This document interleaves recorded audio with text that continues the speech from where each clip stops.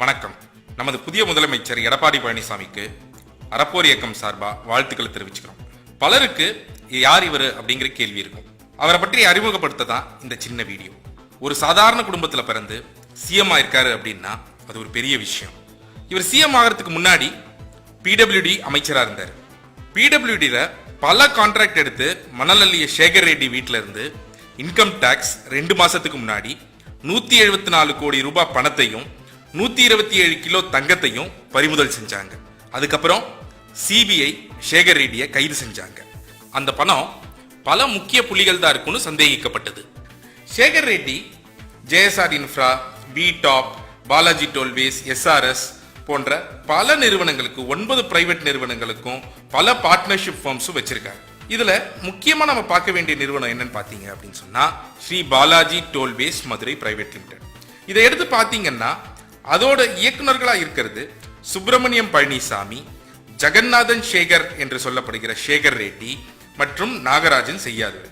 இதுல இந்த சுப்பிரமணியம் பழனிசாமி வேற யாரும் இல்ல, ஆண்டாள் பேப்பர் மில்ஸோடைய ஓனர். ஆனா இவர் இந்த பேப்பர் மில்ஸோடைய ஓனர் மட்டும் இல்ல, அந்த பங்குகளை பார்த்தா தான் தெரிஞ்சது இவர் திவ்யாவோட அப்பான்னு. யார் இந்த திவ்யா? இதுக்கு நீங்க நம்ம முதலமைச்சர் எடப்பாடி பழனிசாமியோடைய 2016 அவர் தேர்தல் அபிடவிட் ஃபைல் செஞ்சிருக்காரு. அதை எடுத்து பார்த்தீங்க அப்படின்னு சொன்னா திவ்யா வேற யாரும் இல்லைங்க, நம்ம முதல்வருடைய மருமகள். ஆக சுப்பிரமணியம் பழனிசாமி நம்ம எடப்பாடி பழனிசாமியோடைய சம்பந்தி.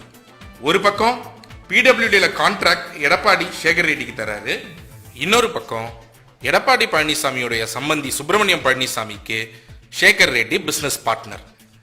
இது மட்டும் இல்லாம 2 மாசத்துக்கு முன்னாடி 5.7 கோடி புதிய 2000 ரூபாய் நோட்டு மாத்தின கேஸ்ல சந்திரகாந்த் ராமலிங்கம் அப்படிங்கிறவங்களை சிபிஐ கைது செஞ்சாங்க. இவர் ராமலிங்கம் கன்ஸ்ட்ரக்ஷன்ஸ் நிறுவனத்தோடைய இயக்குனர் மட்டும் இல்லை, இன்னொரு பக்கம் இவர் நம்ம முதல்வர் மகனோட சகலையும் கூட.